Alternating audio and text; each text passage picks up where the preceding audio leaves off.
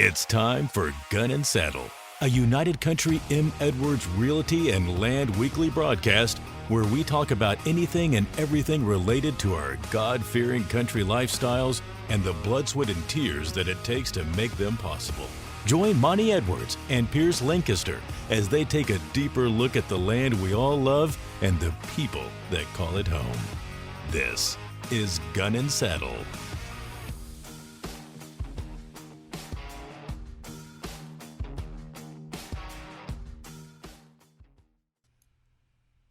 Hey guys, we're back again for episode number 6 of Gun and Saddle. You might notice today I'm in here by myself, but we're actually going to join Pierce from Bowie. Pierce, are you there? Yeah, I'm here. Can you hear me? Yeah, we can hear you, man. Listen, I'm glad that you could join us in there. Every week we're trying some new things. This week we're going to be going live, multiple interviews. Not multiple interviews, but having you remote. And then also here in a little bit, we're going to be bringing Ryan Wascom in to join us. But tell us what's going on down in Bowie this week. Did you do any duck hunting? Well, no. And I got good reason for it. It's been hot and it's been calm. It seems like we're about to be celebrating 4th of July here instead of Christmas. You know, it's been so hot. I looked at my weather app earlier, and Christmas Eve here is going to be a high 85, and Christmas Day is going to be a high 83.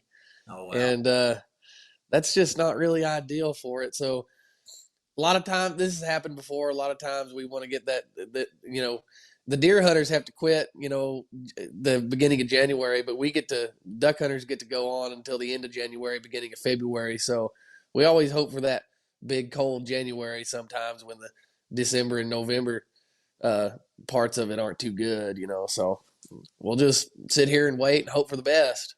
Yeah, well, and the thing is, I heard you also mention, you said y'all are getting no wind, so we'll send you some wind. We'll send some wind. Yeah, I'd appreciate it, yeah. Well, we've actually finally had a little bit of cooler weather here the last few days, and it's gotten warmer. Still pretty warm during the day, but we're finally getting down below freezing several nights the last few nights of the week, this past week. And noticed that just going up and down the road, looking out in some of the fields where we've got some wheat and all the deer are out in the middle of the day right now. So we ought to be cranking into, what I would think would be full rut for the mule deer right now. And, when Ryan and them were out, which we'll talk about this in a little bit, they were here. It was early for mule deer rut because our mule deer season's prior to rut. But, right. A couple of things we want to kind of talk about before we get Ryan on. We are really excited about our programming schedule for next year. We've already got several good interviews lined up. Ryan's partner in crime, Slade Priest, is going to be with us after the first of the year on one of our episodes.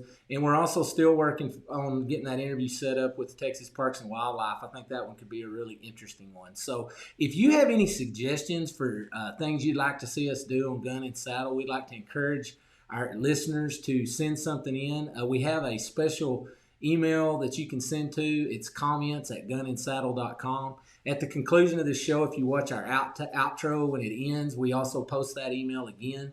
We also have it posted in our description on most of our posts on Facebook, YouTube. And, hey, another important thing I was going to let you guys know, if any of you guys are LinkedIn subscribers or you're on LinkedIn, we are now approved to go LinkedIn Live, which that's kind of a beta version that they're doing out there. So we're really excited about that. This is our first broadcast to be broadcasting on LinkedIn Live. So if you're joining out there with us live, I want you to remember, too, that you can make comments while we're live streaming from any of those portals, and they'll come through to us. So if you've got anything you want us to pop up on the screen or anything like that, feel free to do that. So, Pierce, do you got anything else for everybody before we get into this interview with Ryan? No, I think I'm good. I'm ready to talk to him. Yeah, I'm looking forward to talking to him. Looked like he shot himself a good buck last week. I saw that. Saw on Facebook, yeah. I did. I saw that too. We'll talk to him about that when we get him on. So without further ado, we're going to take a break, and we'll be back with Ryan Wascom, Realtree Land Pro from Southern States Realty in Mississippi.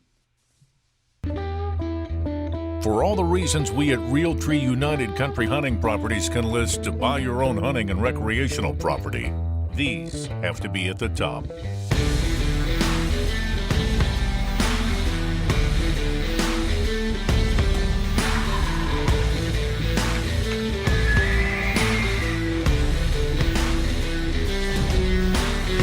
Contact your local Realtree Land Pro and turn your passion into possibilities. Hey guys, I hope you're enjoying this video. If you're watching it on YouTube, please be sure to like and share the video, and also don't forget to subscribe to our YouTube channel. That's one of the best ways that you can stay up to date on new listings and new activities that are going on with M. Edwards Realty and Land. And if you're watching this video on Facebook, be sure to like. Hey guys, we're back. A little technical glitch there. What Pierce was saying, be sure to like and share our deal on Facebook too. We wouldn't be having an episode here if we didn't have a little bit of a glitch here, would we? Okay, so hey, we're happy to be here again.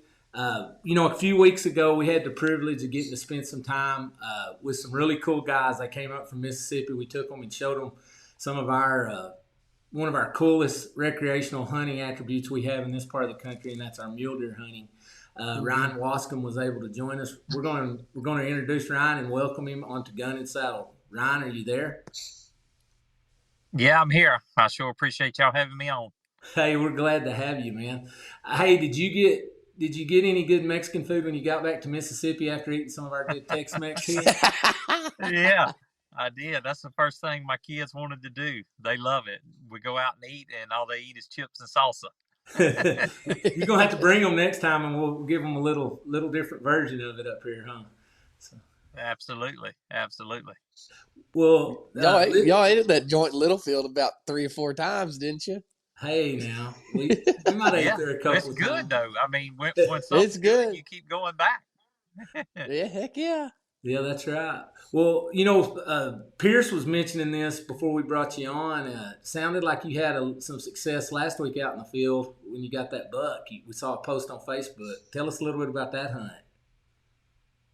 Yeah, I did. It's actually it's on a piece of property that I purchased about a year and a half ago. It's 80 acres, and it's just in a prime spot. A lot of people call me crazy for buying it and stuff, but I knew the potential on the place, and it was just I put in some really nice food plots on it, made it just basically a deer sanctuary.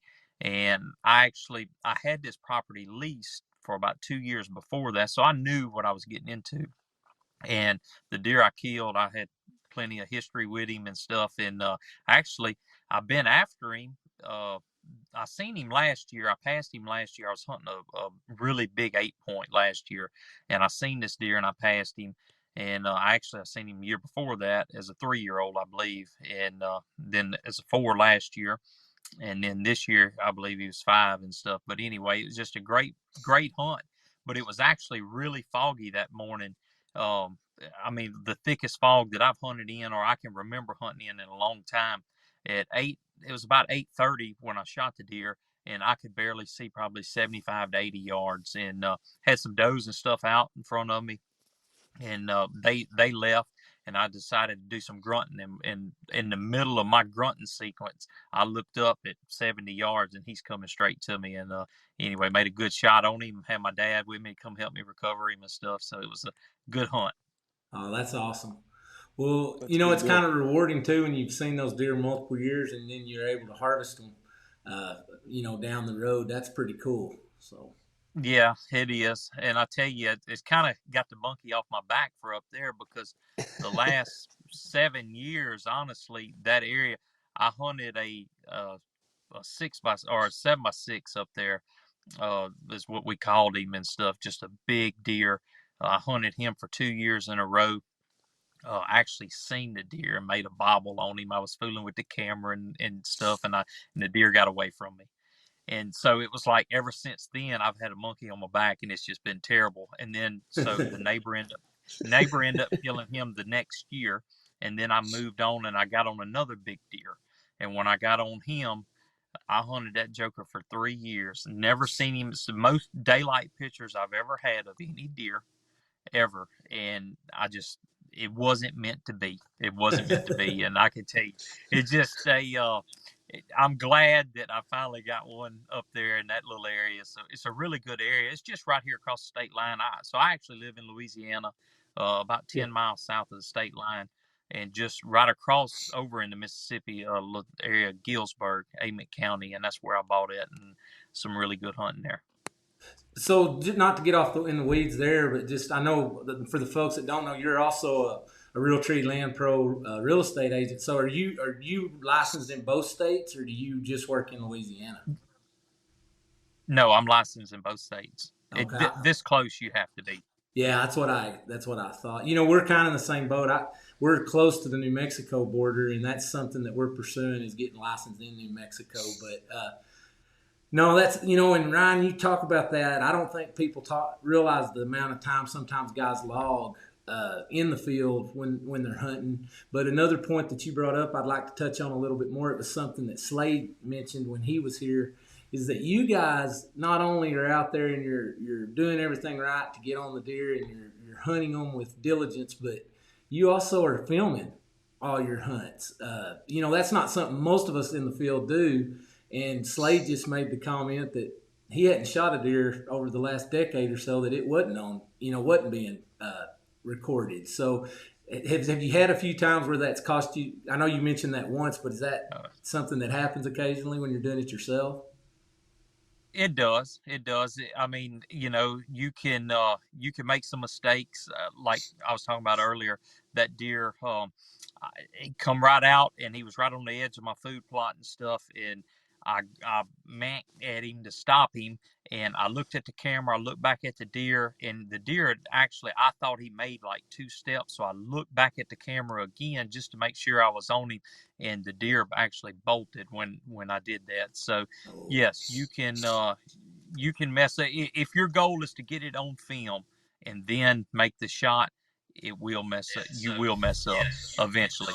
So, but you can take and go multiple times and stuff like that'll never happen. You'll never even see the deer, but at some point it's going to foul you up.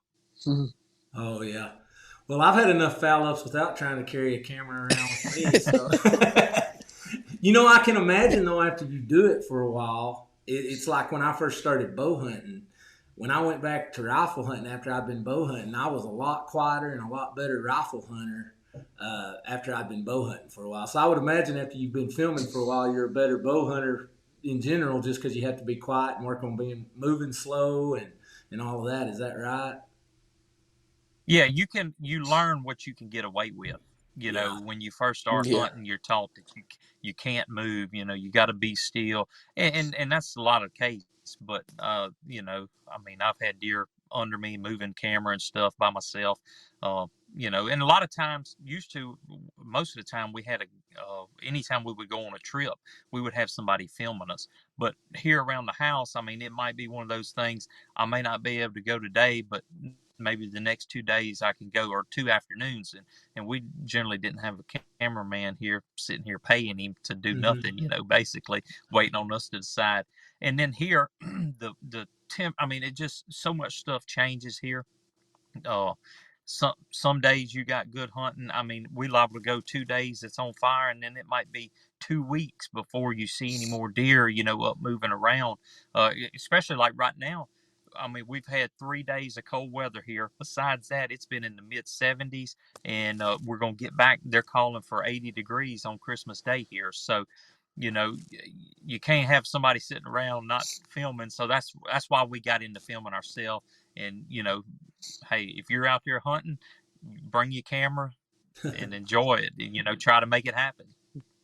That's a point too. As y'all were here, we were talking about the fact, and I listened to one of Slade's podcasts with David Blanton, but they were just talking about the technology and how it's unbelievable. The little camera you can carry in your pocket now can do more than those big cameras you guys used to carry in the field to film with.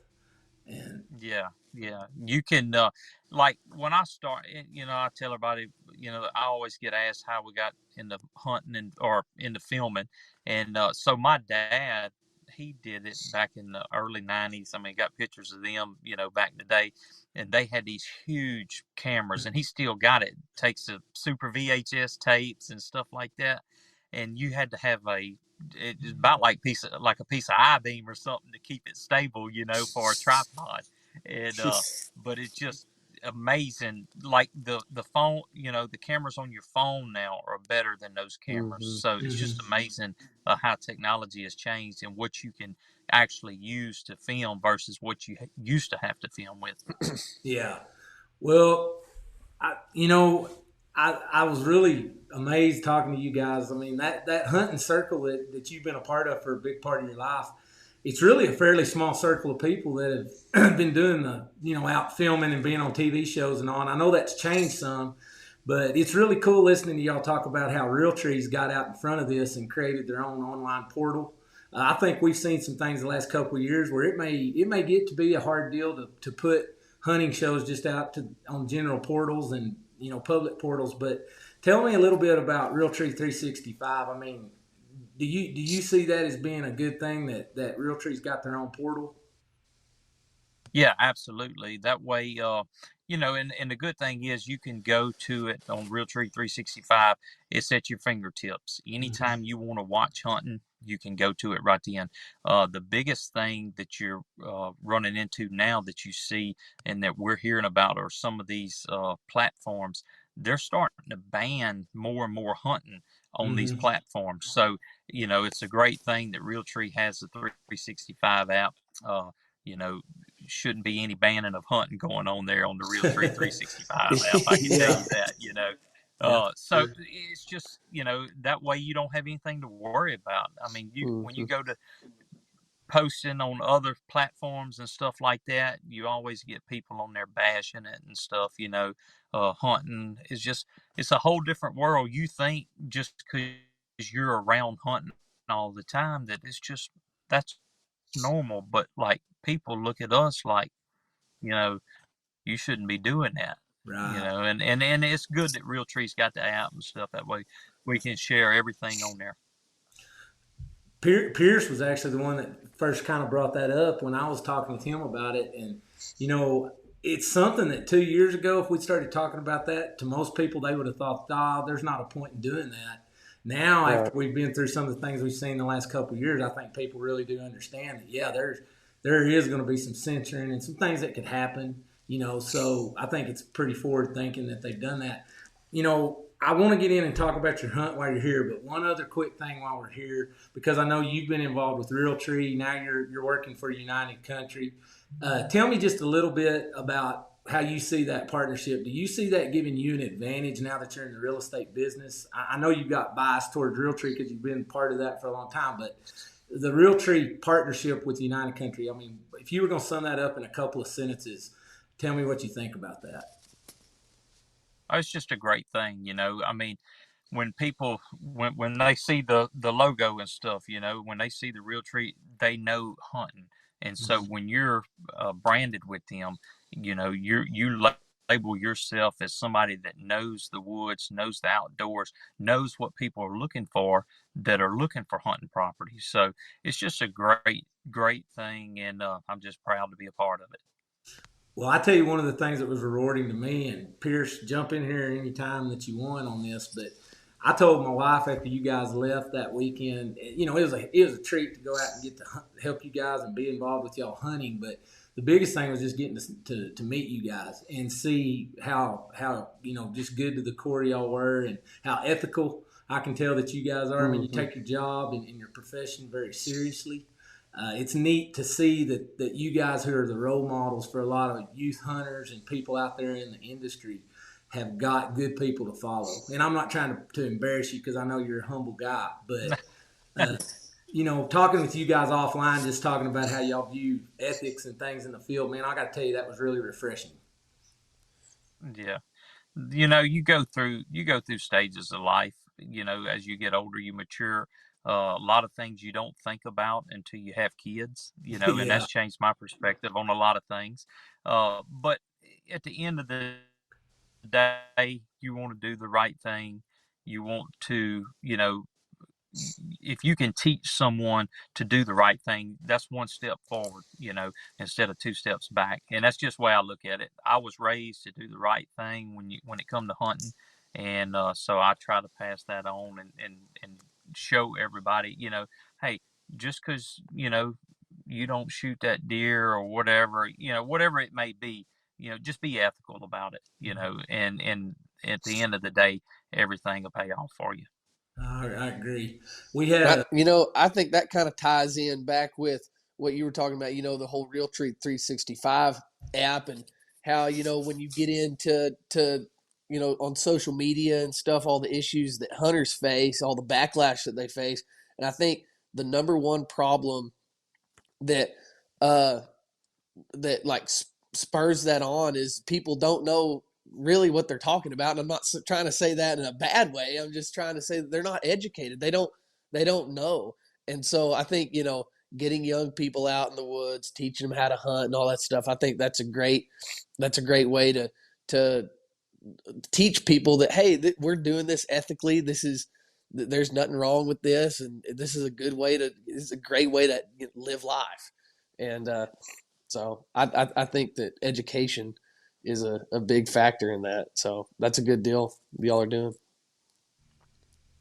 Well, and to jump in on that, the last Gun and Saddle episode we did, we had a guy, we labeled that one the fishing, hunting preacher, but we had Roddy Chester. I don't know if you got to listen to that, Ryan, but he spent a lot of time talking about how he was teaching his kids, where he thought he could teach his kids the most is when he got them out there away from all the distractions and got them out there in the, and he said he didn't have to be just hunting or just out in agriculture, but it was mainly the fact that you take that time to spend with them. And you and I talked a lot about family, Slade the same way. I mean, I know how important your families are to you.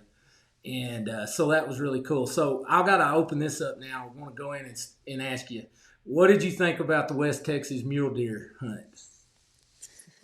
Oh man, I loved it. I come home, I was talking about it. I told my wife, I said, yeah, you can go ahead and kind of bank on it. We're going to go back next year. She said, oh, you liked it, huh? I said, yeah, it was fun. It's the first time I've been mule deer hunting. Now, I've been around mule deer when I've been out in New Mexico and stuff, elk hunting, but it's the first time to really go mule deer hunting, and then to do it Texas style. That was absolutely awesome. I can tell you that, Were you kind of overwhelmed by the number of deer that you were able to see out here in the open? Yeah.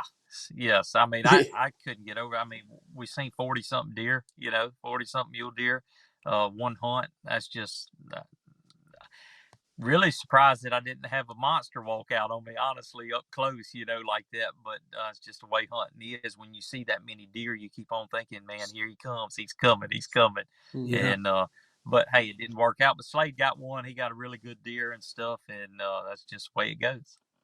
Well, and it bears to mention, too, for those of us that hunt here and understand it, I mean, the number of people that take a mule deer with a bow, it's a low number. I don't know what the number is, but there's not a lot of guys that hunt them with bows. And you guys, to your credit, were out here bow hunting these mule deer. So you probably had a shot early in the week or the first part of the hunt if you'd had your rifle there those first few days. Did you have a shot at a deer and you had a couple of deer that you kind of passed on, didn't you? Because you were waiting for that big one, weren't you? Yeah. I didn't know. There were some smaller deer that I considered them smaller, and after seeing kind of what Craig had on camera and stuff like that. So, I mean, I was just holding out for a big one, but yes, I seen multiple deer that probably anybody would have been happy with. One of the things that we're hopeful about is we're hopeful that they push this survey out through the Texas Parks and Wildlife, and there's talk, and there was talk in the letter that they sent us that up here in this area, they're talking about extending that season for one more week and another weekend, which would be tacked on, I believe, if it follows suit with the way I think they did, it'd probably be tacked on to the back end of the season, which would get us a little closer to rut with the mule deer because they rut later. I think the other part that they're talking about that's interesting is a possibility. I'm hearing, just rumors, and these are all just rumors, but that there could be a possibility of a doe tag. So I think all those things could make this even more exciting up here, lengthening our hunting season, opening up the opportunity to hunt in a little bit, different slot and all that. Does that something that you think after being up here would make a difference? Oh yeah, well, it just give you, a better opportunity, because if you don't get good weather, early season like that, you're hunting them over, the wheat fields and stuff like that. And if you don't get good weather, the deer just, I mean, the bigger bucks are not going to get up and move. They're not going to move in daylight, or they may be right there at daylight and dark. And in our case, it's hard to get good video on something like that. So you Yeah. really need good weather. And if you get 5 days or 6 days, whatever, of terrible weather, then that leaves you only with 2 or 3 days to get it done. Right. Then that way, if they extend the season, you get more of an opportunity, to potentially fill your tag. Sure. Well, and one of the things too, when we're looking at that, we do typically get some bad weather right around Thanksgiving. Yeah. We'll usually have some Right. wind, and we really kind of dodged that this year. It wasn't too bad, honestly, that week. But I agree with you. I think that'd be good for having alternative days to hunt.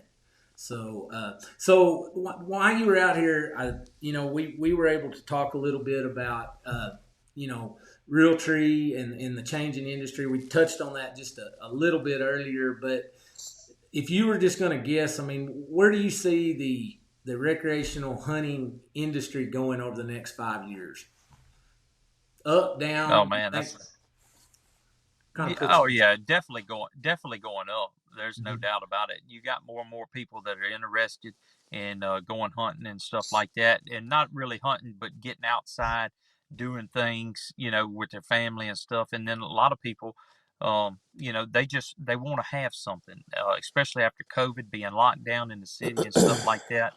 They want to be a part of it. They want to be out and outdoors, whether it's 10 acres, 20 acres. To some people that doesn't seem like much, but somebody that lives on a quarter acre lot, or less than that, or in an apartment, that's a lot to them if they can get out on 5 or 10 acres. So it's just I really believe it's going to go up, and I look forward to it. To trying to help people do everything.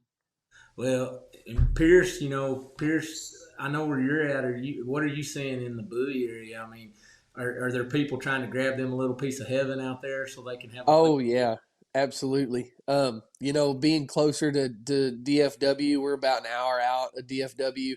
That's a lot. There's a lot of people, looking to find a country property that's not too far from the city, And I think that's a big selling point in this part of Texas is we're still a small town that hasn't been swallowed up by that urban sprawl that DFW has, but we're still pretty close to all the amenities. So it's kind of a best of both worlds situation from that aspect, and people wanting to buy country homes and recreational properties, but at the same time it drives the price up pretty high. But other than that, I guess that's good for a real estate agent. But yeah, for sure. Well, Ryan, go ahead. I didn't mean to cut you off, Pierce. Sorry. No, you're good. You're good. No, I was just going to also mention too. I mean, one of the things when we were driving around that one day, that Slade and Ryan and all of us were talking about was the fact that you can come up here. I think people overlook our area a little bit when it comes to recreational hunting, and some of that is because of these short seasons that we have for some of these hunts. But like right now, ever since those guys have been here, and from now until into the first part of the year, we've got a ton of crane here now. The crane have finally got here. We've got crane hunting. We've also got geese. That, and of course, cold weather would help crank that up a little bit more, and we've been warm too. But we've also got good upland bird hunting. I've seen tons of quail up in this part of the world, and we're really becoming one of the few places that really has great quail numbers from what I'm hearing across the country. And our numbers, I think, are getting stronger. I think this last year really helped us on our quail populations. Not to mention, we still have good pheasant hunting in places. And so when you take the combination of crane, geese, quail, and then not to mention over in our eastern part of where we have an office in that Turkey Rolling Plains area, I mean, we've got great turkey hunting. So, just looking at that, I mean, I'd like to get Ryan's standpoint on it, but Ryan, are there many places like that where you've got that much diversity in what you can hunt? Oh, did we? No, I mean, there's different areas and stuff that you can do different things, but the opportunity to mule deer hunt, I mean, that's a big thing. And generally when you think mule deer hunting, you think Colorado, New Mexico, Arizona, way out. You don't picture you can do it right here in Texas. And so then you have the like I say, the sandhill crane, the upland bird. We seen several pheasant while we were there, while we were there hunting. And anyway, it's a great place that you can do stuff. Plus, you've got, depending on what you buy, um, in the area, you may have potential income in from farming or whatever other case you may have out there. So, I mean, it's just great, it's a great area, and just an awesome place. Well, and I think when Slade nailed that deer, he started putting some posts out on social media, and a lot of folks were taken back by just the overall body size of these deer because they are healthy because they're eating a lot of good groceries. So with the production ag we have here, another real important point is that Hey, you there? Yeah, can you hear us? We're having a little bit of a lag there. Ryan, I'm not sure. I had a couple more things we'd like to kind of bring up with you, and if it comes back where we're getting you clear in a second, we might get you back in here. The other point, and if you get a chance, we'll let Ryan speak to this, but that was the other and final point that I was hoping we could cover today in our interview is while those guys were out here, we were talking about the fact that, there's a lot of low-hanging fruit, I think, right now for someone if they were interested in trying to find a place out here to maybe get a place to hunt. Land values here have gone up just like everywhere else, but maybe not as much as in some places. So when you take the fact that you could have a different season to hunt 2 or 3 different times a year, you'd really have a chance to come out, have a place to hunt. I think it opens the door not just for possible buying a piece of land, but also folks that are interested, like you mentioned, existing landowners that want to open up another leg of revenue where they can be incentivized to make some good improvements for the wildlife, but yet help fund those because they do have folks willing to come out and pay to hunt. So, Ryan, are you back with us? I'm here. If you can hear me. Sorry. Right. Do you think for what you saw out here? I mean, I know I talked to you, so I kind of know the answer to this question before I asked, but you wouldn't have any trouble coming back out here and paying for a mule deer hunt, would you? Oh no. I mean, it's absolutely unbelievable hunting. You mentioned a while ago body size on the mule deer. That one that I was after, that joker, he was big as the front end of a truck. I'm telling you, he was huge. But yeah, man, I no problem paying for a hunt, out that way. I mean, it's really, really good mule deer hunting, and it's fun. It's Texas style hunting. That's what I like about it. Well, we enjoyed you guys coming out, and I did want to get that point across because to get to hear a person that comes from another place, and also the fact that you got a background of hunting your entire life to drive that point home, because I do think sometimes we look at it as, well, I'm not real sure that is a viable leg of revenue, and I think there's a lot of ways that Pierce, he comes to us, he's got his education through Texas Tech in the conservation part of the ag college, and has a specialization in wildlife biology, and that's something he's really interested in is working with landowners to help improve their land for waterfowl, upland birds, and for wildlife. And that's a point I'd like to make before we get through today. I mean, if you want to come in, talk to us, even if you're not interested in selling, we'd like to still visit with you guys, because what goes on in this area is good for all of us if we can promote the hunting and the fishing and the things here that'll help make this place better. And so, Pierce, you got any other questions for Ryan? I mean, I could sit and talk to Ryan all day. I know we can't stay on here all day. That's what to do. So, do y'all have any? I heard you earlier talking about weather. It's going to be here in the 80s here too. Is there any chance of a cold snap coming y'all's way anytime soon, or is it going to be hot? No, well, it's actually the last 3 days have been cold. Yeah. And but we're gonna start warming back up tomorrow, and then I looked at the 10-day forecast, and it dips down into the mid 60s for the high, and then for the low, the upper 40s, which is cold enough for our deer and stuff to get them up moving and stuff. But that time of the year, you typically would like to be a little bit colder, to get you more excited and stuff. But hey, when I shot that deer the other morning, I mean, it was 70 degrees. So like I tell everybody, you just got to be out there this time of the year. That's right. Yeah, that's a fact. Well, Ryan, we can't tell you how much we enjoy you taking the time. I know you're busy. I know you're going in a lot of different directions, especially out here before Christmas. But we'd sure like to get you back on here again, maybe in the spring sometime. And one of these days I want to get you out to around our turkey office out here for a turkey hunt. What do you think about that? That sounds like a plan to me. Look, I'm all about turkey hunting. I can tell you that. I knew from where we'll leave Slade. We'll leave Slade. We'll leave Slade back at the office. Let him do the work, and you come play. Yeah, that's right. Yeah, exactly. Well, listen, thanks for joining us, and we're going to take a break, and then we'll be back for just a minute. And thank you again, Ryan. Thanks, Ryan. Yeah, thank y'all. Y'all have a Merry Christmas. You too, Merry Christmas. You too. All right. The time has come to sell, but who can you trust to help? This isn't just dirt. It's the place your children took their first deer. Honey, that's a giant. The value of the timber is the old wooden stand you just can't bring yourself to tear down. The roads may be gravel, but they access countless memories. This is more than lines on a map. It's your small piece of heaven. Heck yeah. This is your property, and that's why we want to be your agent. Realtree United Country. Turn your passion into possibilities.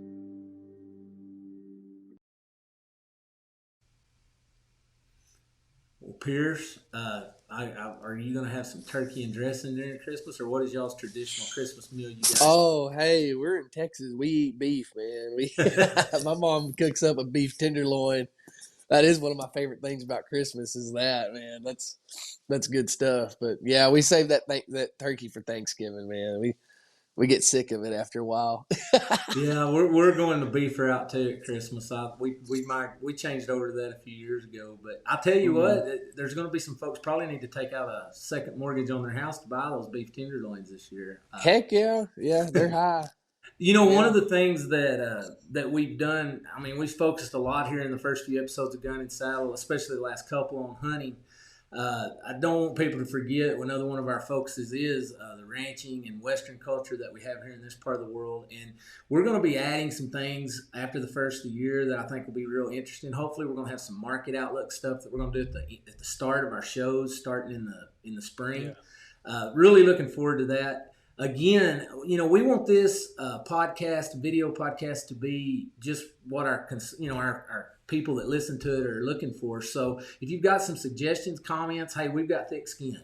You're not going to hurt our feelings. We know we've got some things we're trying to improve on already, but we want your comments. So, at the end of this, there'll be an outtake. It's going to put up this email address, but you can get us at comments@gunandsaddle.com. If you'll send that email to that email address, we'll know when it comes in. It's specifically for that purpose. But also, I'd encourage you, if you've got any questions on anything that we can help you with on a real estate perspective, to give me or Pierce or any other folks at medwardsrealty.com a call. You can also call us on our phone number. Our phone number is 806-686-6371. That'll get our office number, and that can go out to any of our agents. So once you get on there, you can use the virtual assistant, even on the weekends. And then if you call during the week, we've got a live breathing person that usually answers the phone. So, but Pierce, do you have anything you want to say to everybody before we cut loose for Christmas? Well, I hope everybody has a Merry Christmas and a Happy New Year. And hopefully when we get back here, we have some, or at least I can have some good hunting stories to tell somebody because it's been pretty dang slow. Yeah, hopefully that turns around. Well, I feel like a lot of folks are going to take a little time spent with the family. And, of course, I'm sure a few people will get to do some hunting, do some things recreationally. There'll probably be some guys team roping and doing some fun things. And they're probably not griping about the cold weather, actually. So No, my brother's a calf roper, and he we kind of butt heads about it because he's loving it, and I'm like, man, this is terrible. Well, I was thinking about Ryan talking about shooting that deer at 70 degrees. Really, as long as you plan for it, I don't guess that'd be that bad of condition. So, well, it's like that fishing saying, you ain't gonna catch any fish, you don't have a line in the water. So that's right. There's a lot of truth to that. So look, we know all you guys out there that are listening love to hunt and fish and mess with livestock and horses as much as we do. If you've got anything we can help you with from a real estate need, be sure and give us a call. But most importantly, we just want to really remember that this time of year is a time of year where we're honoring the fullness of time when God decided to send his son to come to the earth and complete the work that he needed to do so that we'd have our, have something to be thankful for this time of year as we honor the birth of our Savior and Lord Jesus Christ. So, guys, thank you again for joining us. We'll see you after the first of the year on our next episode of Gun and Saddle. See you guys. Thanks for watching Gun and Saddle, a United Country M. Edwards Realty and Land weekly broadcast. Have an idea for a future episode, comments, or suggestions? Email us at comments@gunandsaddle.com. Remember to subscribe or follow us today. Join us again next week for a deeper look at the land we all love and the people that call it home. This is Gun and Saddle.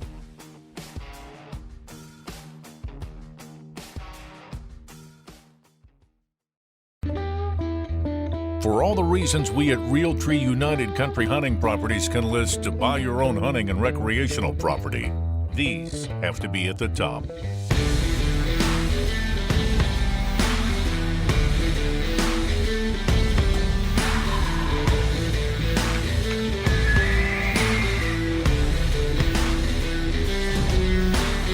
Contact your local Realtree Land Pro and turn your passion into possibilities.